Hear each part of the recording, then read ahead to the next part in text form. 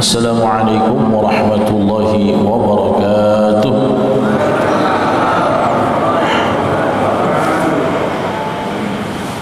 Alhamdulillah, alhamdulillahi ala ihsanih, wa syukru lahu ala taufiqihi wa amtinanihi. Ashhadu an la ilaha illallah wahdahu la syarika lah ta'ziman li sya'nih, wa ashhadu anna sayyidina Muhammadan abduhu wa rasuluhu ad-da'i ila ridwanih. Allahumma salli wa sallim wa barik ala sayyidina Muhammadin wa ala alihi wa ashabihi wa ikhwani, amma ba'd. Hadirin jemaah kajian Ahad subuh Masjid Baitul A'mal yang dirahmati Allah Subhanahu wa taala. Alhamdulillah, bersyukur kepada Allah Rabbul Alamin, pada subuh hari ini Allah masih menguatkan kita dengan afiah, dengan taufiknya, sehingga kita dalam keadaan sehat, dalam keadaan bersemangat untuk menuntut ilmu. Teruslah berdoa agar Allah kekalkan taufik ini, sehingga ilmu itu akan menghiasi waktu-waktu kita dan memberkahi umur kita sampai nanti maut dipertemukan dengan kita semua, insyaallah. Amin ya rabbal alamin.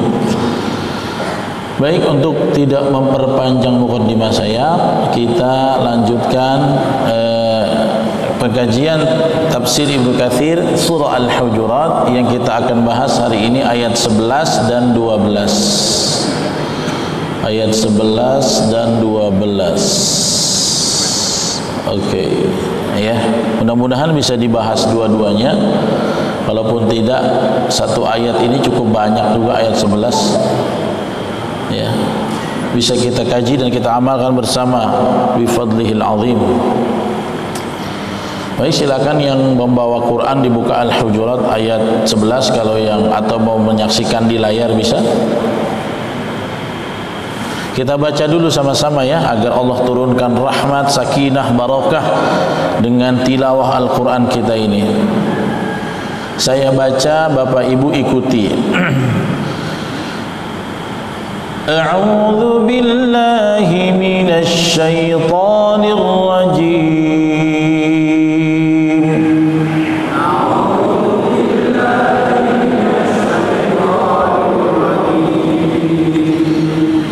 Bismillahirrahmanirrahim.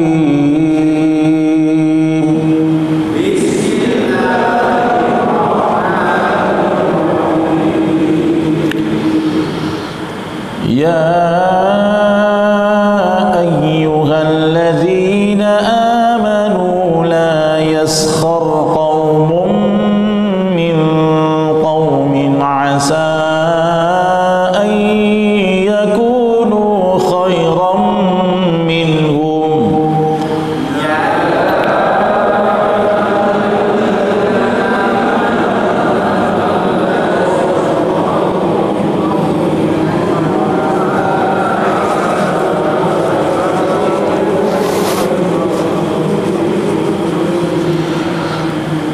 wala nisa'un min nisa'in asa an yakunna khairan minhun.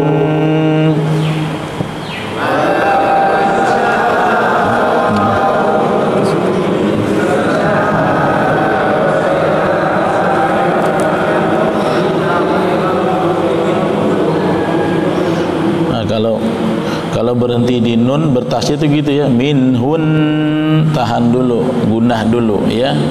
Jadi dibedakan karena itu sejatinya ada dua nun, minhun, jadi ditahan dulu. Ya, baik, kita lanjut. Wala talmizu anfusakum wala tanabazu bil alqab.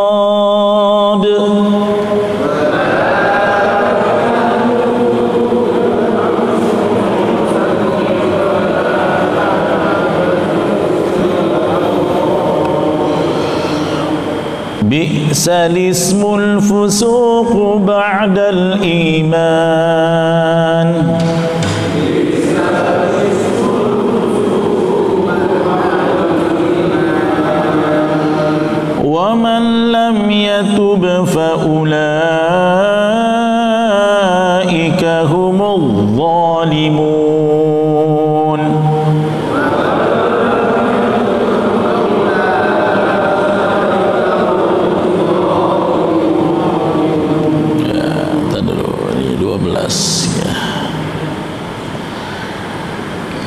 Ya ayyuhalladzina amanu ijtanibu katsiran minadh-dhann.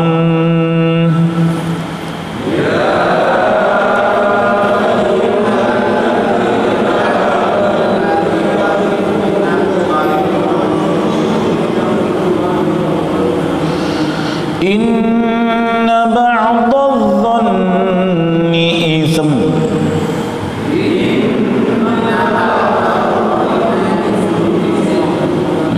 Ini kalau berhenti di dua huruf terakhirnya mati begitu, itsm, jangan if. Harus dibaca tapi ada isyaratnya sedikit aja, itsm. Sama seperti wal 'asr, r-nya ada. Idza jaa nasrullahi wal fath, fath ada, sama ini itu. Lanjut. Wala tajassasu wala yaghtab ba'dukum ba'dha.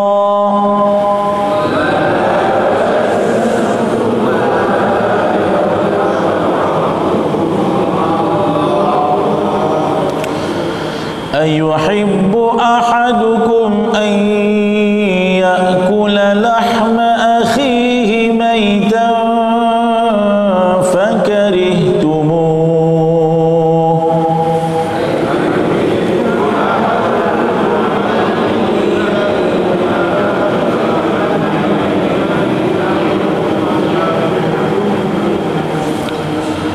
Wattaqullaha innallaha tawwabur rahim.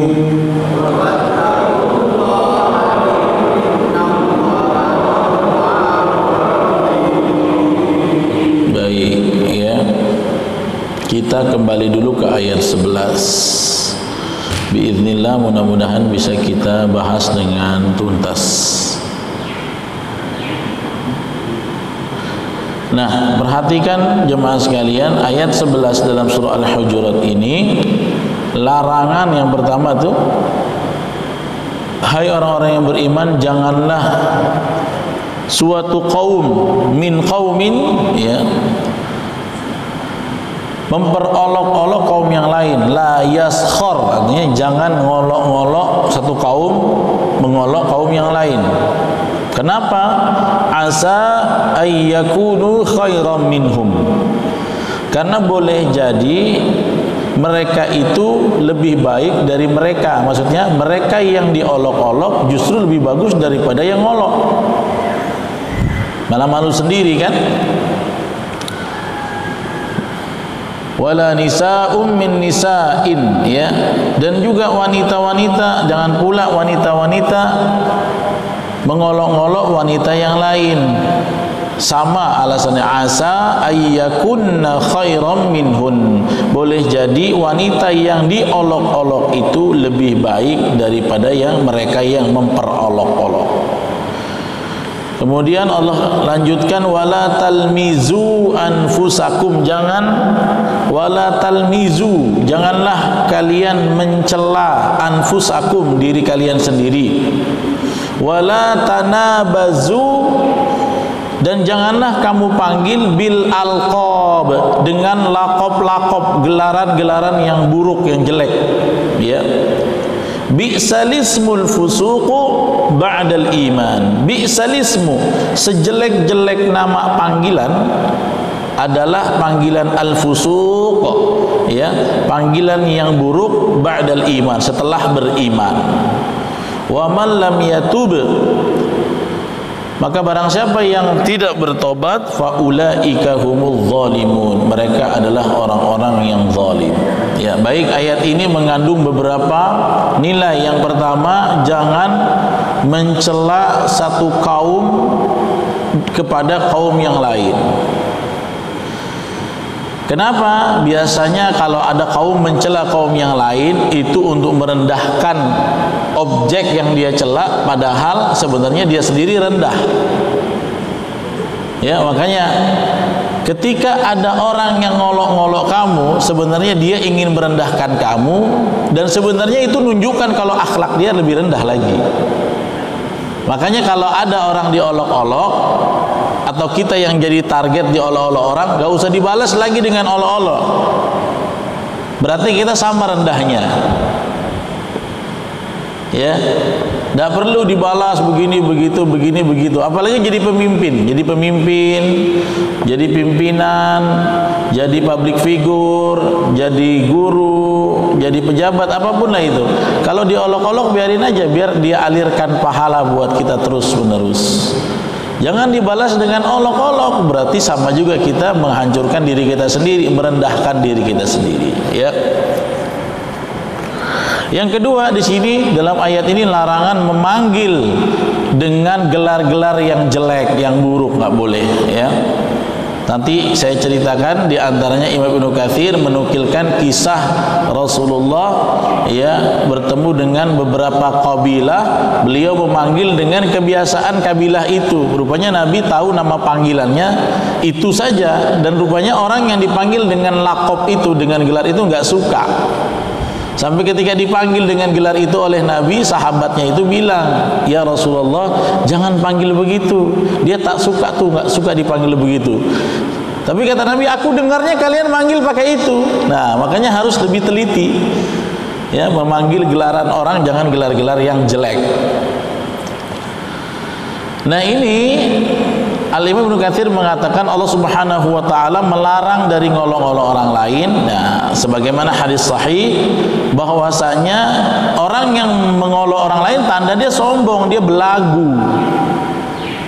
Ya, dan orang yang sombong ini bahaya. Kalau dia jelein kaum yang lain, merasa dia lebih bagus, berarti dia sudah masuk virus al-kibr, kesombongan.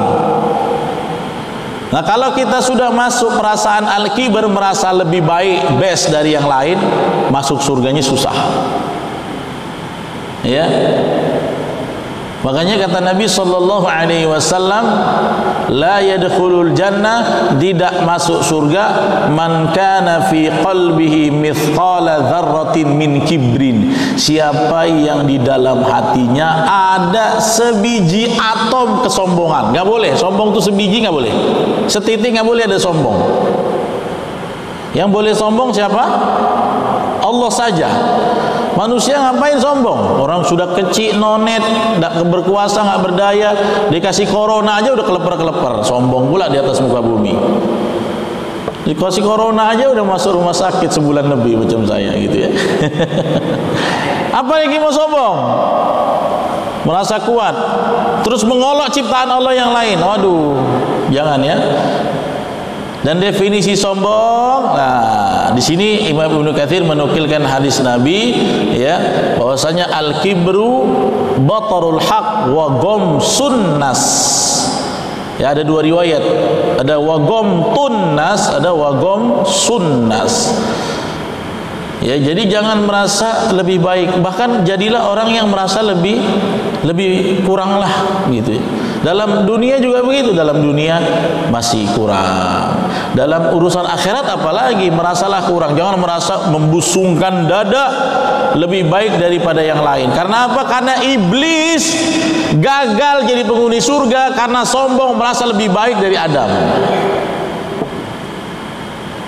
Kalau orang menilai kamu baik nggak apa-apa, cuman kalau kamu merasa baik bahaya. Ya.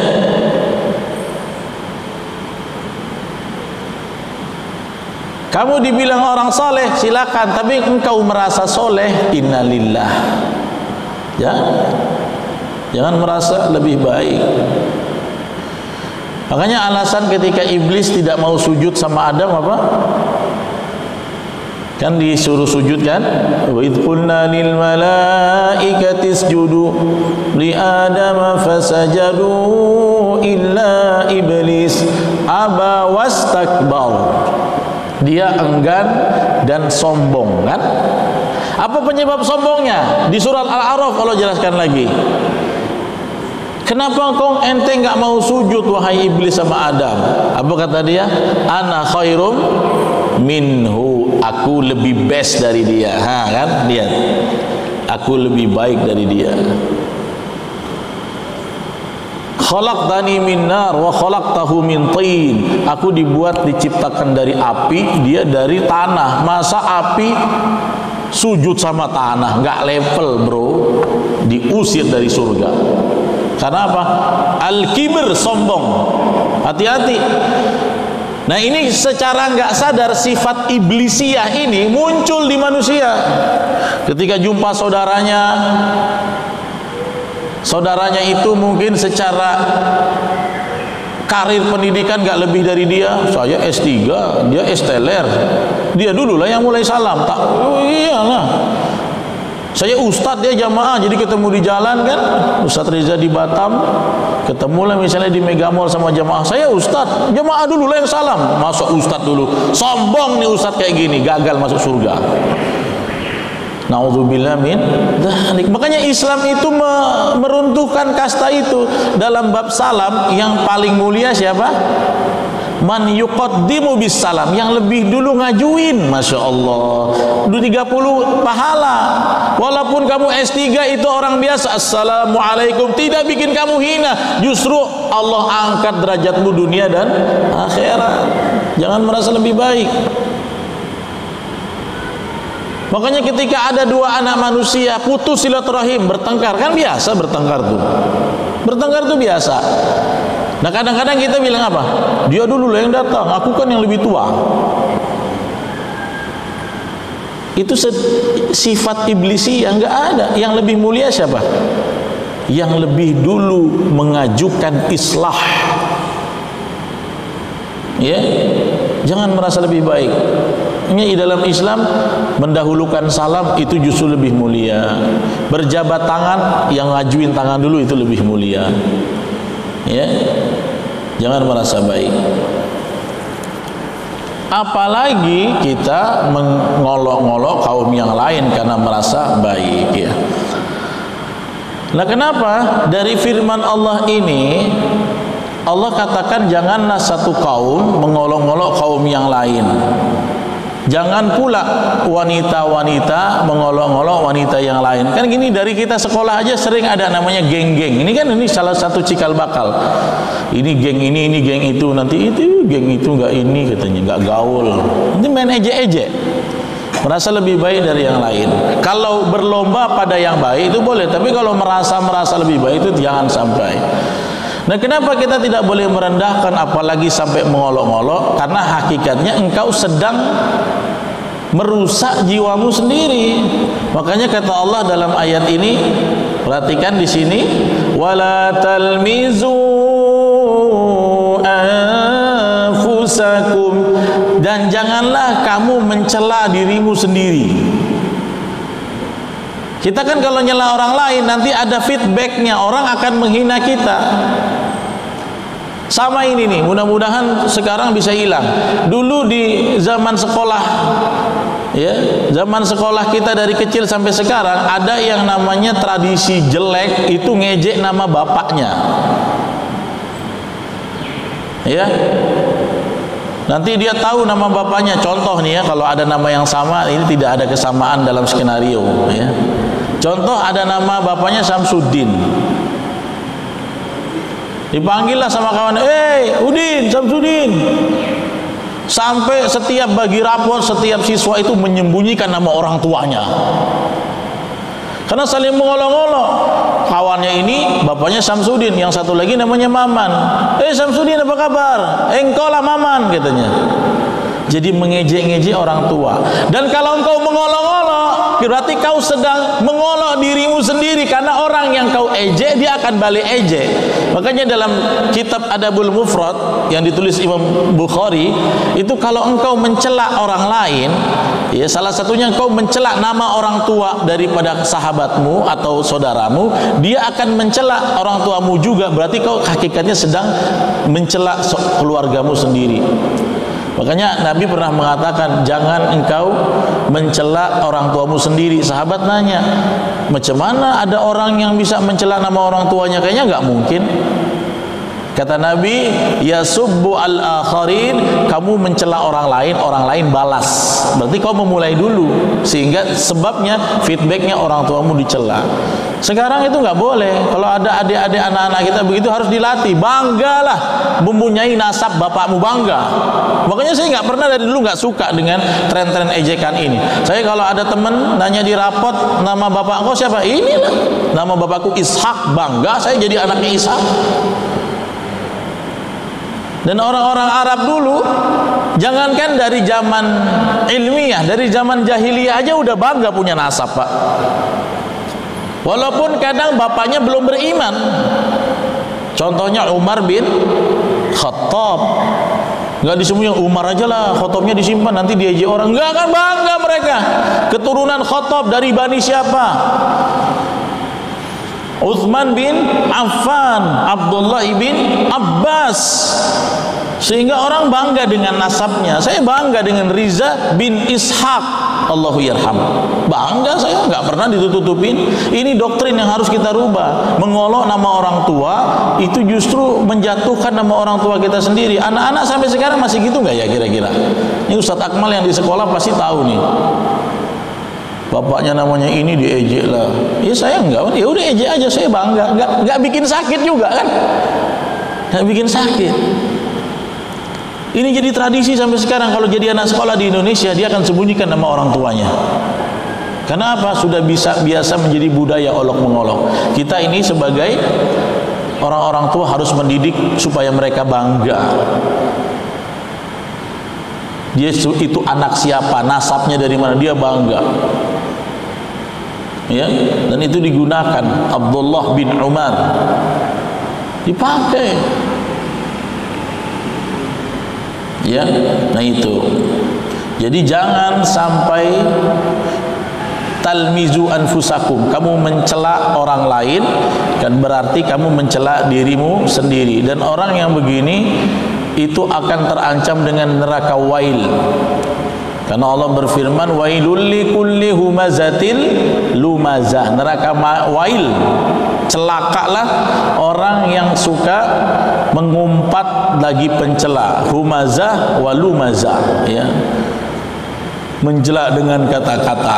Nah, ini kita hindari mengejek orang lain. Kadang-kadang itu kalau ada orang yang bertengkar, kadang sering tercetus nama-nama binatang, maka nanti binatang yang lain akan muncul dari lawannya, sampai akhirnya kebun binatang diumumkan.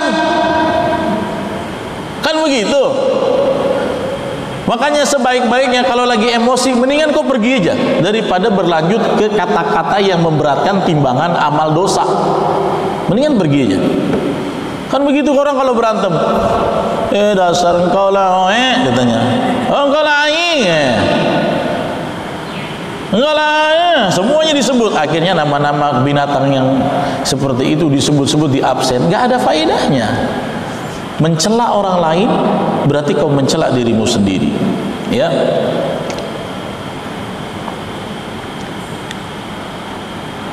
Nah, ini terjadi kadang-kadang kalau musim-musim pemilihan kepemimpinan, pilkada, pemilu, ngejelekin orang lain supaya orang lain jatuh, supaya yang milih buyar. Padahal engkau sendiri dengan usaha seperti itu, talmizu anfusakum, justru untuk engkau menilai, kenapa sih sibuk ngejelekin orang lain, emang dirinya nggak ada kejelekan, kan gitu.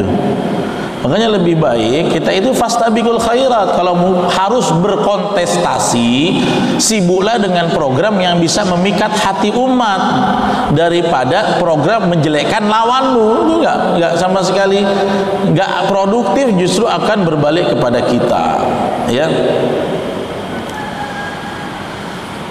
Kemudian apa kata Allah? Ya. Nah, di sini dikatakan pendapatnya Ibnu Abbas, Imam Mujahid, Said bin Jubair, Qatadah dan Muqatil bin Hayyan mengatakan kamu mencela dirimu sendiri, maksudnya adalah kamu, sebagian kamu menikam sebagian lain dengan celaan. Nah, selanjutnya apa kata Allah? Wala tanabazu bil alqab, dan janganlah kamu panggil memanggil dengan laqab. Ya, jamannya alqab, artinya gelar-gelar yang buruk. Maksudnya adalah gelar yang buruk yang didengar gak enak, kamu dengar gak enak, apalagi yang dipanggil. Ini sering ini. Nanti nandain orang seperti contohnya kita punya teman paling banyak nama siapa? Eko, ya kan? Budi, gitu kan? Terus gimana nandainnya itu? Ada yang mungkin salah satu namanya Budi agak kurang tinggi, dipanggil apa itu si Budi Kate katanya.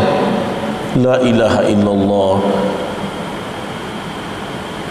Ada orang yang matanya mungkin kurang besar terbukanya, itu siapa? Si Eko Sipit. Dia suka nggak dengan gelar itu? Kadang-kadang kita panggil seperti itu dengan gelar-gelar yang buruk dan orang tersebut tidak ridho. Nggak boleh. Apalagi sekarang namanya body shaming. Body shaming itu kalau ngobrol ngeritikin badan orang, ya, manggil orang karena dia kurang makannya dipanggil begeng, ceking. Ya Allah, udahlah kurang makan, kurang dipuji pula, bunuh diri besok. Ada yang kelebihan gizinya macam saya dipanggil ndut, sini ndut. Yang itu lebih penting Pak, yang lebih parah gembrot katanya. La ilaha illallah. Setiap dia panggil berkuranglah timbangan amalnya, bertambahlah dosanya. Ini Allah larang, wala tanabazu bil alqab. Jangan kamu memanggil dengan gelar-gelaran yang buruk. Enggak boleh. Jangan. Walaupun kadang-kadang ada orang yang pakai nama itu buat nama beken, tapi Islam nggak ngajarkan. Ada yang namanya karena pipinya tirus, kempot, namanya kempot. Ada yang supaya perawan terus umur hidup, pakainya ting-ting. Ya terserah lah. Ya tapi nggak boleh pakai gelar-gelar yang buruk. Gembrot, endut, ceking, begeng, nggak boleh. Orang tuh nggak ridho nanti sama kita, nggak boleh. Kecuali, kecuali. Yang pertama, untuk mencirikan dua insan yang identik, mirip, namanya mirip, tinggalnya dekat. Yang kedua, si fulan ridho dengan lakop itu, boleh. Si fulan itu ridho. Contohnya mencirikan orang, ya. Seperti dulu misalnya di zaman Nabi ada namanya Abdullah bin Amr, gitu kan? Abdullah bin Amr yang mana? Ada yang jangkung, ada yang enggak jangkung. Misalnya dicirikan Abdullah bin Amr al-Qasir, ya, itu Abdullah yang agak rendah itu, gitu ya. Itu untuk mencirikan. Itu pun kalau beliau itu ridho. Kalau nggak ridho bahaya. Ya, saya pernah ditanya jamaah waktu itu sedang mengkaji Al-Hujurat ini, Ustaz, macam mana kalau ada kawan saya nyari ke komplek, saya ini kan hitam kecil katanya. Mau dia bilang sedih, kesian dia bilang itu. Terus teman saya ketika nyari alamat dia tanya-tanya, ya, namanya siapa? Itu Pak Fulan. Pak Fulan yang mana? Yang hitam kecil-kecil itu katanya. Udah hitam kecil lagi, untung nggak ditambah. Yang hitam kecil-kecil hidup lagi gitu. Naudzubillah. Janganlah, saya bilang. Boleh nggak kalau begitu Ustaz? Saya bilang sebenarnya Bapak ridho nggak? Ya nggak ridho juga sih sebenarnya. Terus siapa yang bilang Bapak hitam-hitam kecil? Bapak itu ganteng, saya bilang. Harusnya dia bilang saya mencari rumah si fulan yang ganteng-ganteng itu loh, gitu. Masih banyak ciri yang lain yang mungkin bisa membuat saudara kita ridho. Nggak boleh kita memberi gelar dengan gelar yang buruk. Jangan ya Pak ya. Itu si pincang, itu si picek. Jangan. Kalau dia tidak ridho, nanti amalmu diambil malah habis, ya. Nah, ini kisahnya Imam Ahmad meriwayatkan dari Abu Jubairah bin Ad-Dhahhak radhiyallahu anhu bahwasanya ayat ini turun berkenaan Bani Salamah, ya. Jadi Nabi itu ke Bani Salamah, ya. Nah, Bani Salamah ini memang dia punya nama-nama julukan yang kurang bagus. Jadi ketika Nabi SAW tiba di Madinah, Bani Salamah ini punya gelar satu orang kira-kira 2-3 nama. Cuma namanya jelek. Ya, lakop-lakop yang buruk. Nah, Nabi kan dengar, oh si fulan dipanggil pakai itu sama si fulan. Nabi nggak tahu kalau ini rupanya lakop yang nggak disukai. Ya, maka Nabi panggil dengan gelaran itu, hei fulan, gitu ya. Maka mereka bilang, ya Rasulullah, itu yang kau panggil tadi marah. Kenapa? Itu panggilan ejaan, lakop dari kawan-kawannya untuk ngejek dia. Ya Allah, Nabi kaget kan? Aku nggak tahu, yang ku tahu memang panggilannya itu. Enggak, itu lakop jelek yang diberikan oleh kawan-kawannya. Maka turun ayat ini, larangan sama Nabi, jangan panggil yang itu. Nah, karena itu Nabi sering merubah nama-nama orang kalau artinya jelek. Contohnya ada sahabat yang dulu nyembah berhala, namanya Abdul Uzza misalnya, hambanya Uzza. Nabi ganti, nggak mau, karena itu lakop di zaman jahiliyah, nggak boleh. Nah, karena itu kata Allah apa? Bi'salismul fusuqu ba'dal iman. Kalau sudah beriman, nama-nama yang paling jelek, seburuk-buruk panggilan adalah panggilan kefasikan. Maksudnya panggilan yang buruk di zaman jahiliyah masih diambil sampai sekarang. Misalnya ada teman kita hijrah, dia udah hijrah lah, dulu mantan preman, udah premannya nggak usah disebut-sebut lagi, dia udah hijrah kok, pengen dibilang ikhwan. Wah, ini ustaz teman saya ini udah hijrah. Siapa namanya? Rambo preman katanya. Mau kawanin aku, udah sholat lah, udah ngaji, masih juga preman tuh tak hilang-hilang. Nggak rela aku. Nah, nggak rela, jangan, udahlah. Lakop di zaman dulu yang jelek tinggalkan, utrukuhu, tinggalkan, udah nggak usah.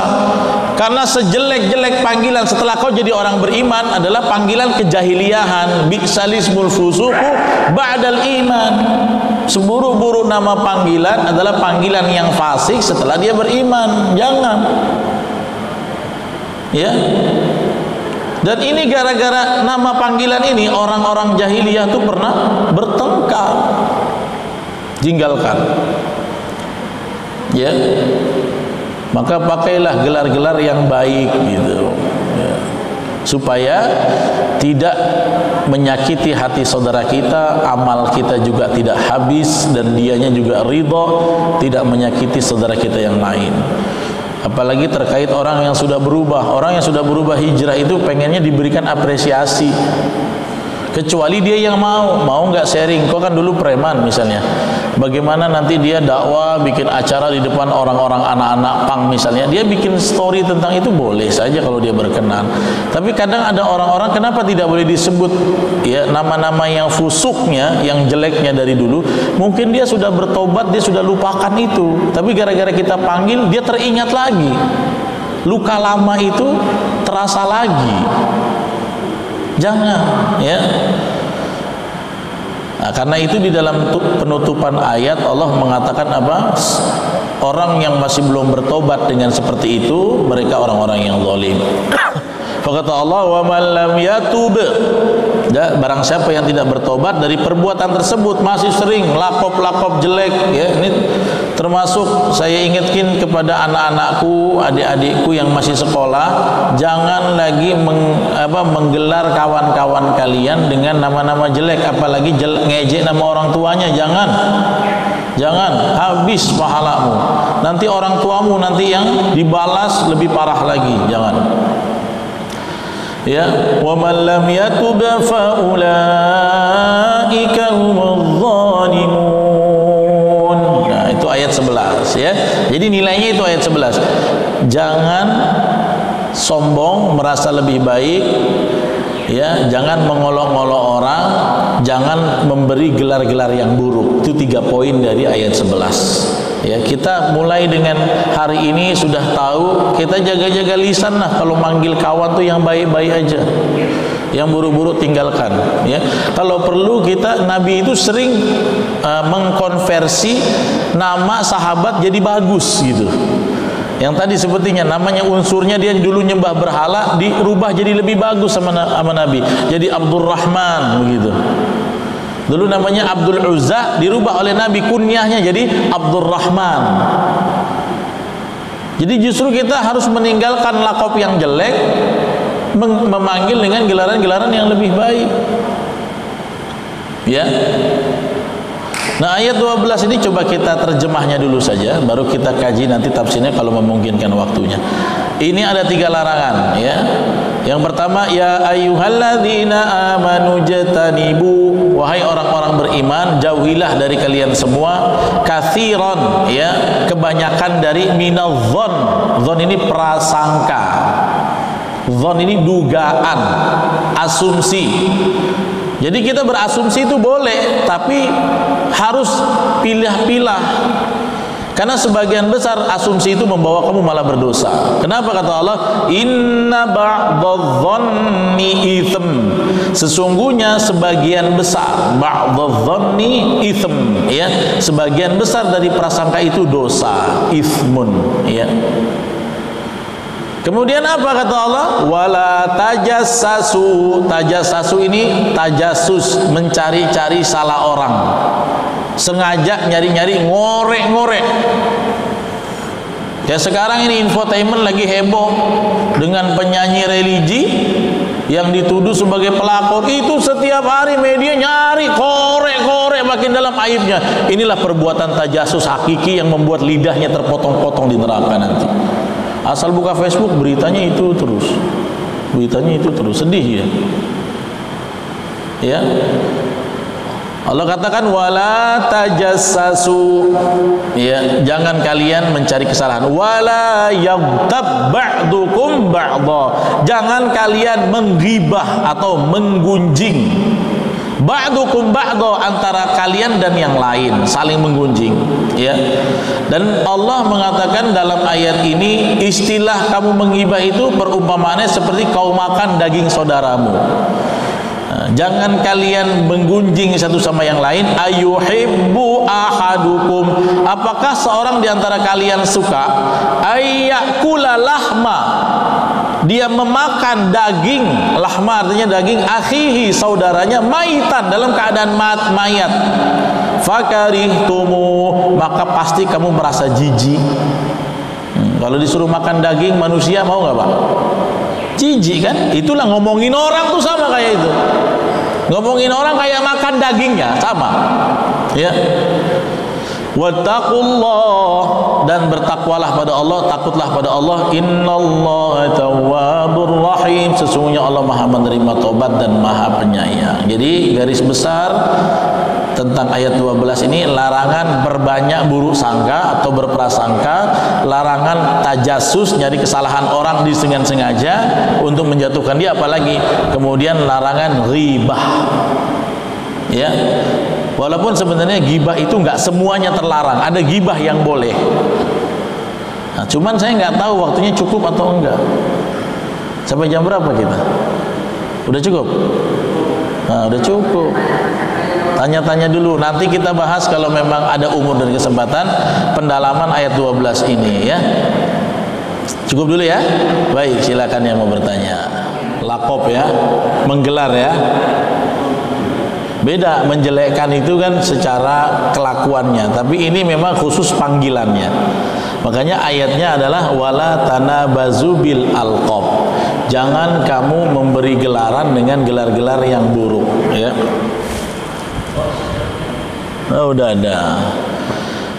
Maka seperti ini juga, ya, memang ada ustadz-ustadz yang suka ngomong begitu. Maaf ya dengan kata-kata yang tadi, yang kodok belum jadi itu. Nah, itu saya sendiri nggak pernah mau pakai diksi itu.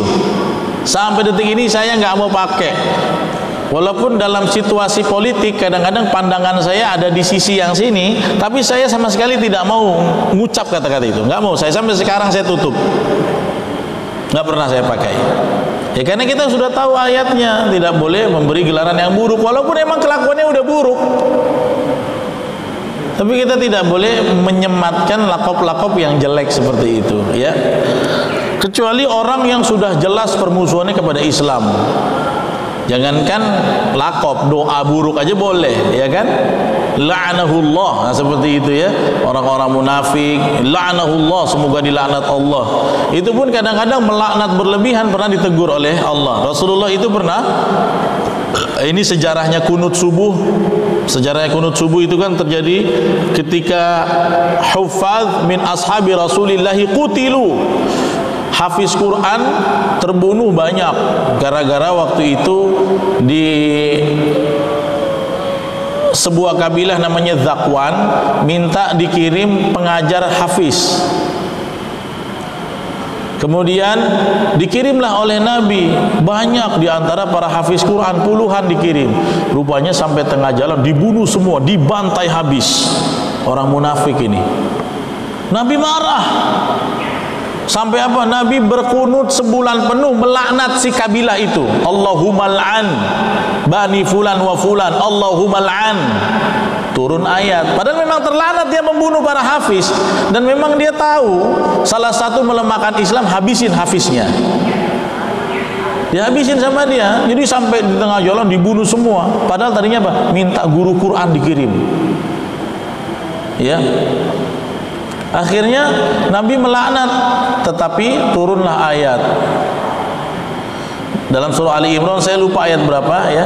Yang penting, yang pasti kamu nggak tahu apa yang terjadi sama mereka nanti setelah ini. Ya, au yatuba alaihim au yu'adzibahum. Bisa saja di antara mereka ada yang taubat, ada yang diazab Allah di neraka, ada yang bertaubat. Jadi jangan dilaknat terus.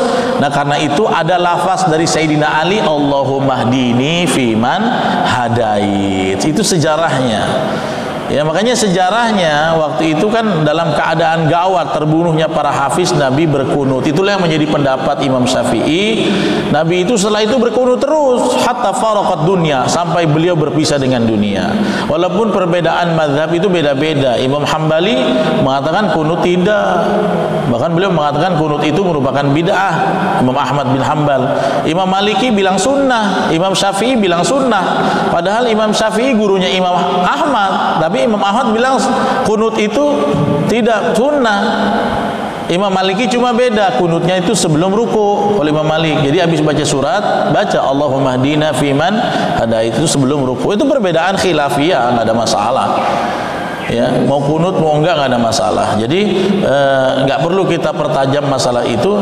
Tapi intinya Nabi pernah melaknat itu sampai akhirnya Allah turunkan, daripada melaknat terus kan jadi dengan kata-kata yang buruk. Allah suruh lebih baik minta hidayah. Gitu. Waalaikumsalam warahmatullahi. Baik, jadi begini, kalau yang terkait dengan ibadah, memang seharusnya nggak ada tuntutan ibadah itu harus bergelal al-hajj gitu kan. Enggak, Nabi kalau ada hajnya, kalau ada ditulis haji, hahanya banyak ya. Kalau setiap haji ibadah harus ditulis, kenapa yang umroh nggak ditulis? Yang habis haji dibilang Pak Haji, pulang umroh kenapa nggak dibilang Pak Umroh? Ya, nah, makanya coba cari tahu sejarah. Kata-kata haji itu dulu adalah penandaan dari zaman penjajahan. Siapa yang pulang dari haji, zaman dulu kan orang pulang haji langsung jadi alim, takut membawa nafas-nafas Islam. Waktu itu penjajah menandai yang pulang haji dengan nama haji, supaya apa? Nanti bisa ditandai nih, pemikirannya berbahaya, harus kita hentikan. Nah, seperti itu. Dan ini cuma ada di negeri kita dan negeri jiran lah, Singapura, Malaysia, Brunei, Indonesia. Yang lain negara nggak ada. Hah? Palestina nggak ada, di Arab nggak ada. Jadi kalau bisa nggak perlulah yang ibadah.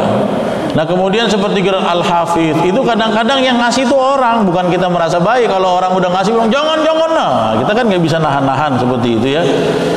Dan itu juga merupakan bukan gelar yang buruk gitu ya. Dan kalau bisa, kalau saya sendiri nulis nama saya, nggak pernah saya bilang gitu Riza Hafiz 30 juz, nggak pernah, naudzubillah, sombong kali gitu. Saya nulis nama kita. Kadang-kadang ada orang yang nulis berlebih-lebihan, kadang kita tahan. Bahkan saya suka bilang, kadang nama saya memang aslinya Riza Hafiz, karena saya pernah menghafal Quran ditulis Ustadz Riza Hafiz Al-Hafiz. Ini panjang kayak kereta. Saya tegur, nggak usah lah, pakai yang biasa-biasa aja gitu. Kadang-kadang bukan kita yang merasa baik, tapi orang yang menilai kita gitu ya. Nah, kalau orang yang menilai kita kan kita nggak bisa ngukur dan nggak bisa nahan. Yang penting dari hati kita meluruskan niat kita. Ada yang kita nggak mau dibilang haji, pulang-pulang, Pak Haji apa kabar?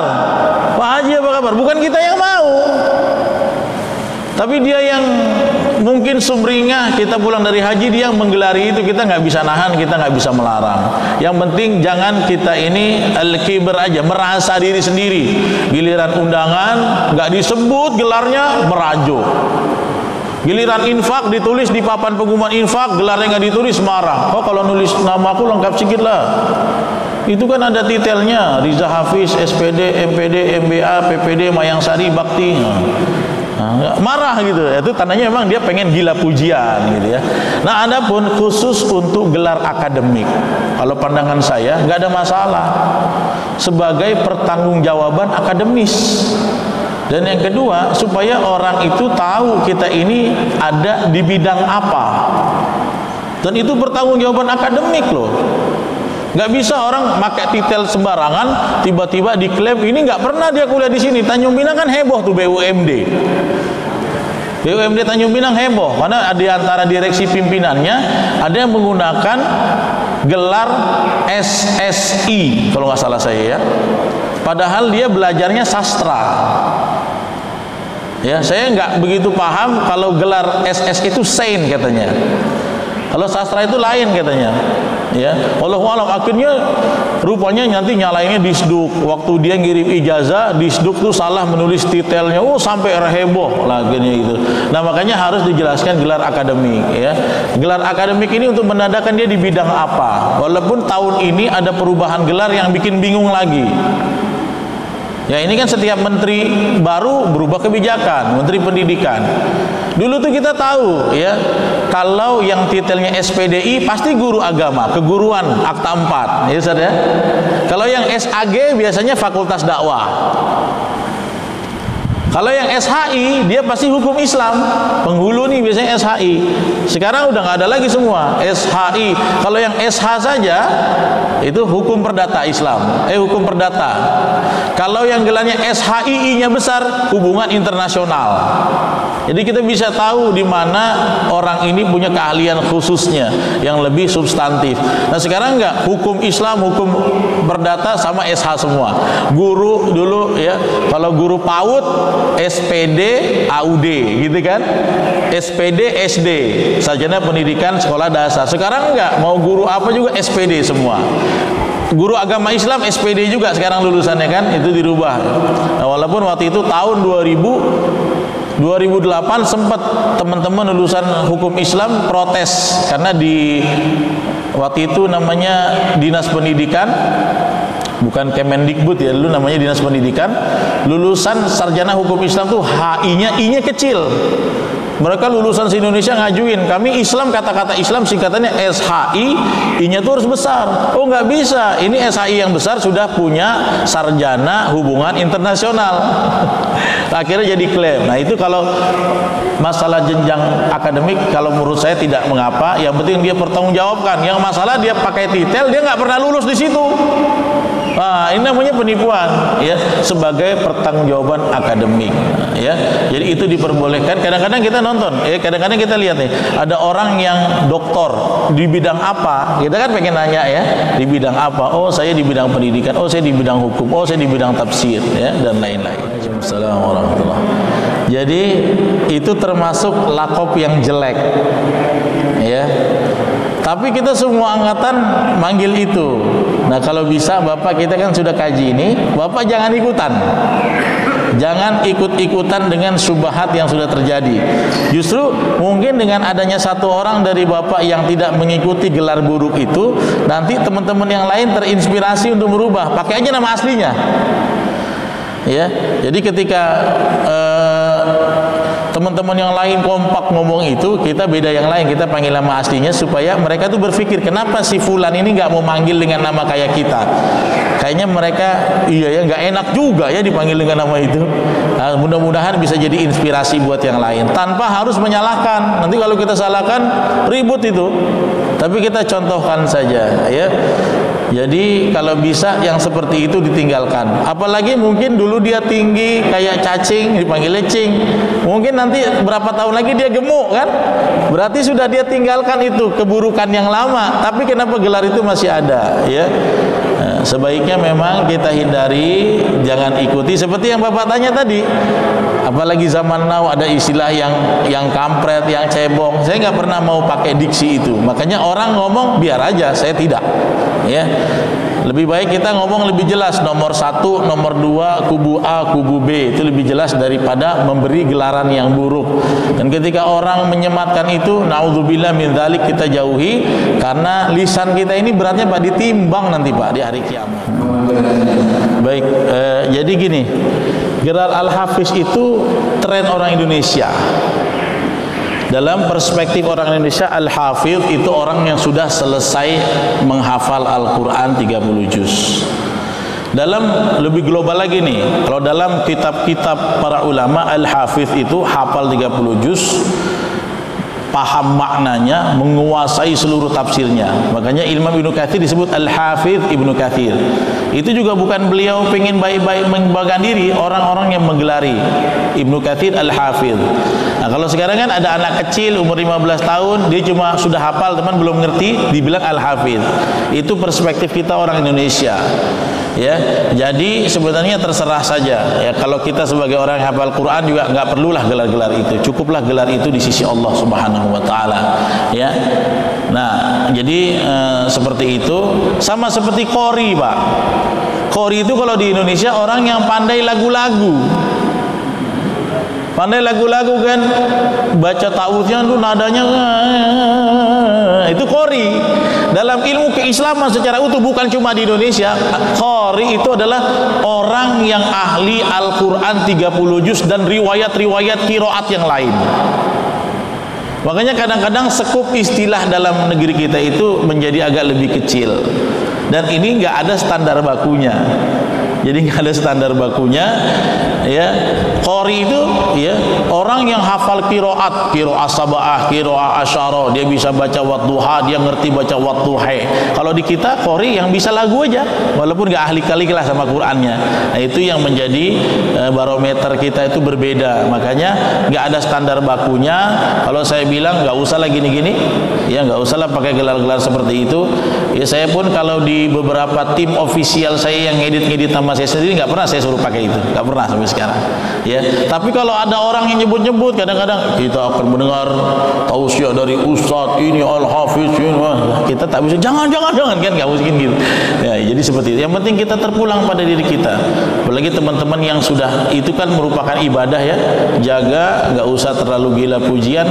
Biarlah Allah nggak bakal lupa lah. Kau pernah hafal Quran gitu ya. Kalau orang lupa silakan aja, tapi Allah tidak akan pernah lupa.